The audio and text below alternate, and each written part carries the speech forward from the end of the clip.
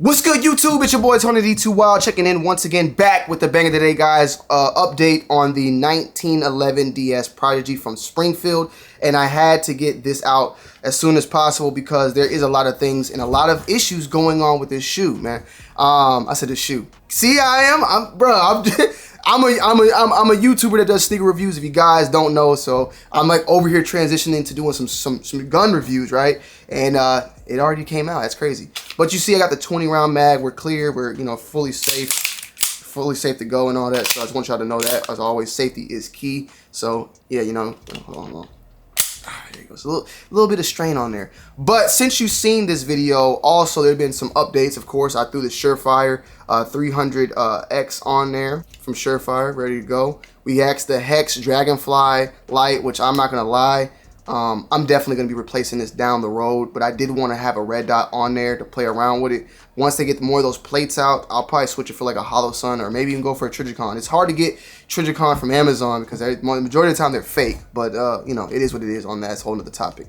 But there has been issues with the Springfield. Now this is the 4.25. When I initially took it out and shot it 50 to 60 rounds, no problem whatsoever. Went back, shot 100 rounds, was getting failure to feeds a lot. I think I was shooting this Sterling Silver or Sterling. It's called Sterling. Okay, I'm not a huge ammo guy. I'm a fairly novice gun guy. Okay, so I'm gonna build with you. You're gonna see how I work this thing. But I was shooting Sterling, which I buy a lot. It's like Sterling Brass or Sterling Silver or something like that. They come sometime in gold, brass color, but sometime like in a nickel color. And it was nickel. And we were having issues feeding, you know, a lot. And I was pissed because then I started seeing everybody else drop their videos and the problems and the things that were going on. So I came home, saw a couple videos about slightly bending this lip, and I did it. I did do it, and it seemed to fix the issue, but I kind of would not have wished I even did it just to begin with, because I would have rather just taken it back. But I took the gun apart, lubed it, cleaned it, lubed it up, messed a little bit with the mags a little bit. I wouldn't recommend doing that. Just clean the gun, oil it, get it extremely wet, right? That's what she said, or that's what I say too. And then try one more time at the range. People have been changing out the springs and doing all sorts of other things, which, hey, that's what you want to do, that's what you want to do. But the spring on the 4.25 is a 12-pound spring, when the 5 is a 9-pound spring. So I didn't want to go up like 16, 14 on this one. I was trying to try everything else before I did that. And then, even then, you know, I'd rather just take it back to Springfield and have them fix it at this point. But if I could do little things, I'll try it. You feel me? I'll try it. So what we're going to do is I'm going to show you how it's running now, okay? Once I took it to the range after cleaning it and all that, it fed fantastic. You know, I did have some failure to feeds, but I think it was the bullet causing the issue. I shot some stuff called Precision 1. They're blue polymer coated or whatever. They're like the blue tip guns, and they seem to, some of them have a little bit of a bulge to it. So I was shooting a lot. And even in the video, you'll see me shoot, and then I'll have to like I'll have to pry it open with my hand, or even use the hex to like pry it open. And the thing was, every time that happened, I took those bullets and put them in my SIG P320 and racked it back, and my SIG would stop. It wouldn't feed that bullet either. So it had to be a bullet issue rather than the gun issue. So the first time you see, I think I shot 20. No issues whatsoever. Either that was a 17 or 20, no issues. In the next one, I had like 3 of them. I was taking those bullets out, keeping them to the side, and then feeding them into a P320. I put it in there, rack it back, and then when it went, it would stop. I would have to slap the front of the P320 and lodge it in and then shoot it. So I think there was a bulge or something on those type of bullets. I just ordered 124 grain because I've been shooting 115. I ordered 124 grain of Remington, I believe, or Federal, one or the other. So we're gonna try those out and see how those do, because I honestly think now at this point it was a bullet issue. But you can see also with that feeding part that people were talking about, you could see that there's a you see that angle of the bullet, how it's like going up better. It's allowing it to feed better. The way it was doing it at first was more flat, so it was hitting the bottom. Like, see how it kind of did it right there. That's the issue that's been going on with these mags. That right there, it's like not sliding in all the way. I luckily have not had that issue though when I was actually at the range. And I think this is them little sliding, like me riding that rail is not helping. I think when it's actually shooting and racking back and forth extremely fast, I think that's gonna fix the issue. I did just pick up this 26 rounder.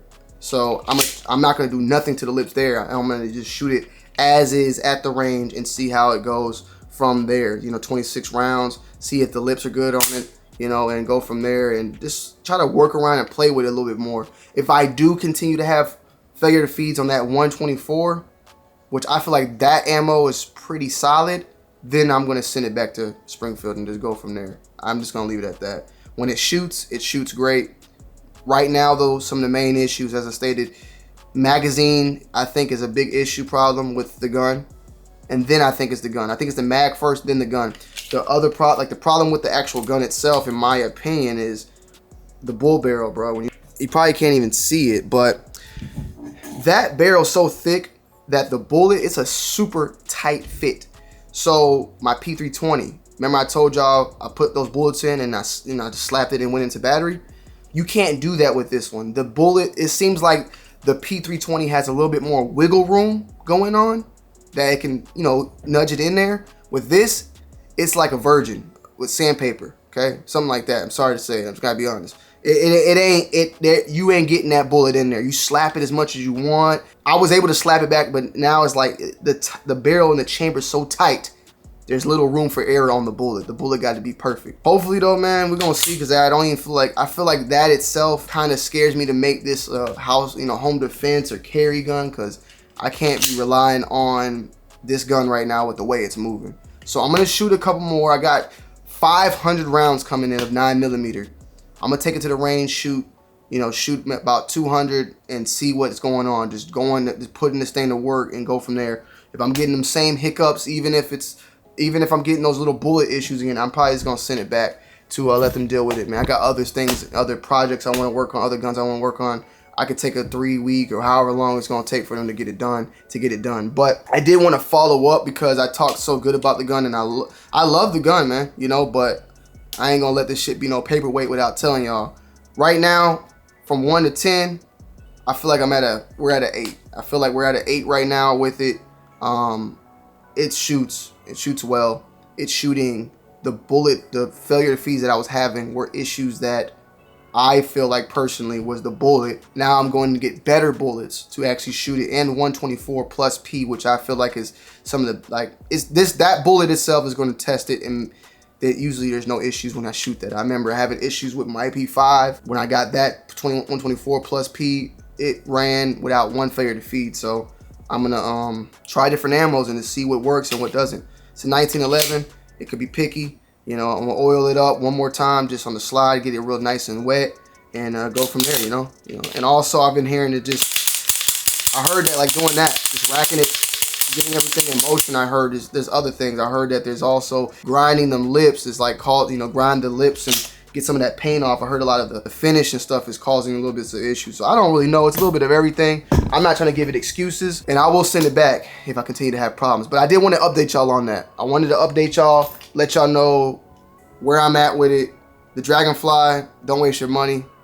Wait till they get the plates in on the Hollow Sun or something like that and go from there. It's not horrible, but it ain't, man. Once I had Hollow Sun, it's a whole different ball game. Of course, the Surefire though, I got the same one on my P320. But yeah, quick little update, some upgrades, and yeah, hope y'all enjoyed. See you on the next one.